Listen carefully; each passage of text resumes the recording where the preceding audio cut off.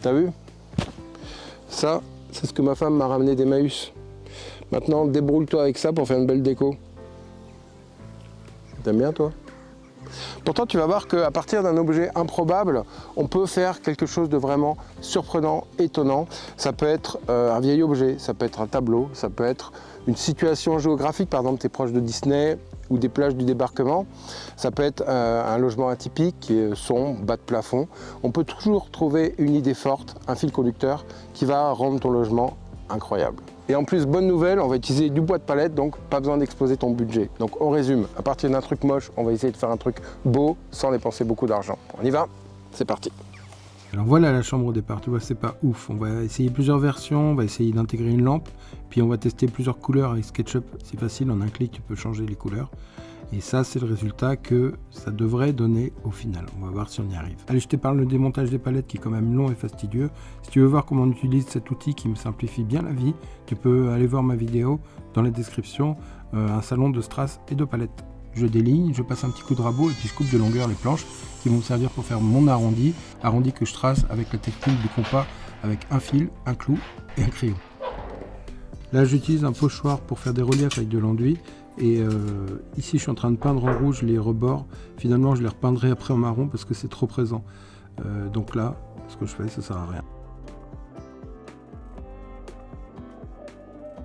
Et pour faire ressortir le relief de mes pochoirs, je tamponne du doré.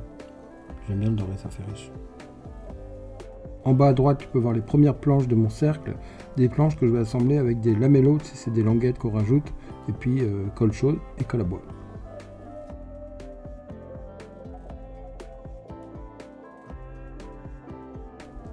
Bon, c'était pas prévu, mais je décide de peindre ma première étagère, histoire déjà que ce soit plus facile à nettoyer, mais surtout que je puisse aussi peindre prises interrupteurs, histoire qu'ils se fondent dans la masse. Puis là, je fais le bardage de ma tête de lit. Alors, ça a l'air accéléré comme ça, mais c'est parce que je me dépêche.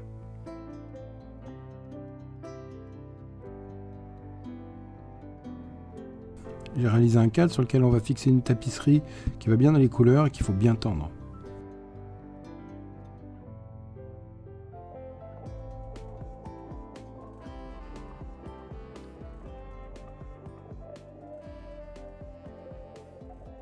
À partir d'une ancienne citerne de fioul, j'ai découpé un bandeau d'inspiration florale. J'ai utilisé le découpeur plasma pour cacher le ruban de LED qui sera dans les cheveux de Frida.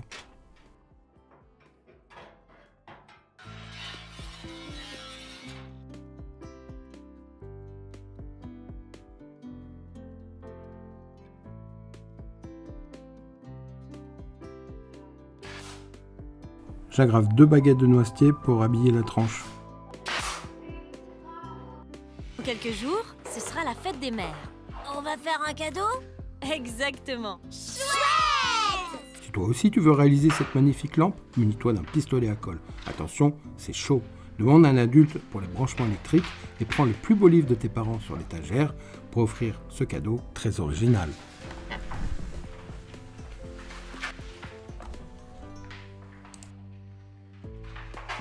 Non, il va t'allumer, ça va être beau. Non, il aura fallu que ce soit en osier ou tu vois. On pourra le changer. Là, c'est le côté nature qui. Ça va là, la hauteur? Et fais gaffe à l'arrière-plan, Noé. Faut que tu restes là. Hein.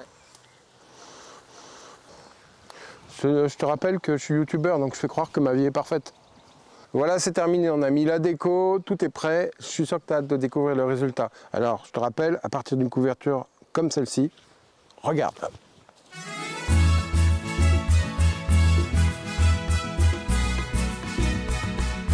Tu l'as vu, notre point de départ, c'est cette couverture en carré granit au crochet, mais c'était aussi cette tapisserie de Frida Kahlo qu'on avait.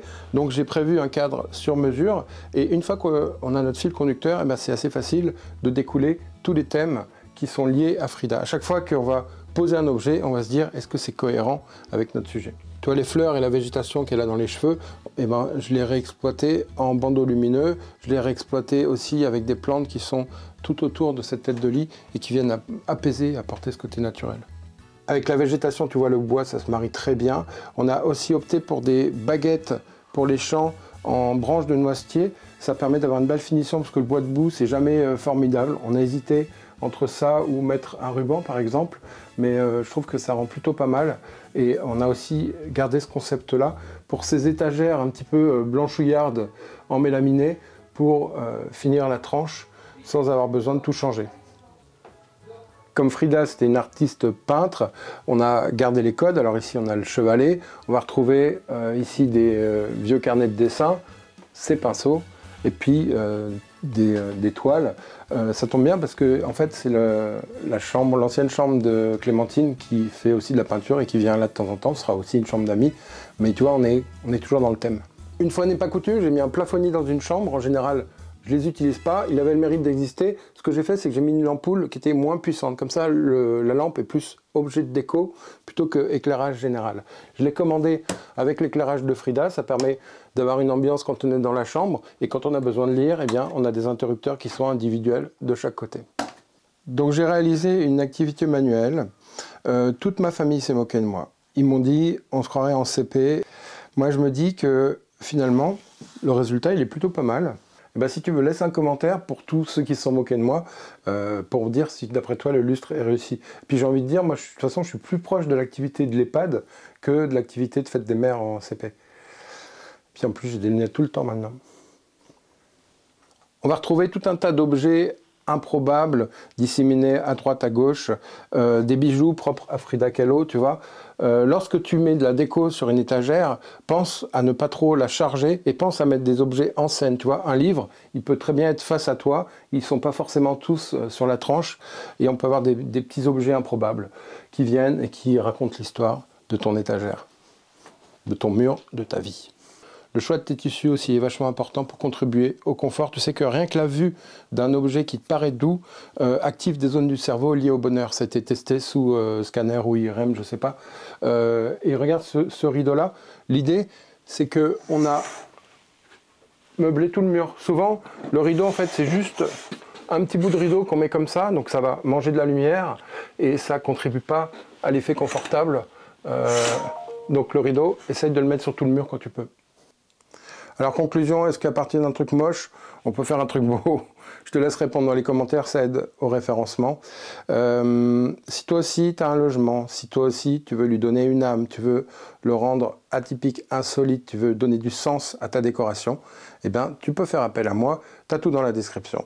Je te dis merci d'avoir regardé cette vidéo, tu peux aussi la partager, à bientôt. Salut! Ouais, c'est parfait. Ils s'abonnent pas. Ils s'abonnent pas. Ils vont pas s'abonner. Personne.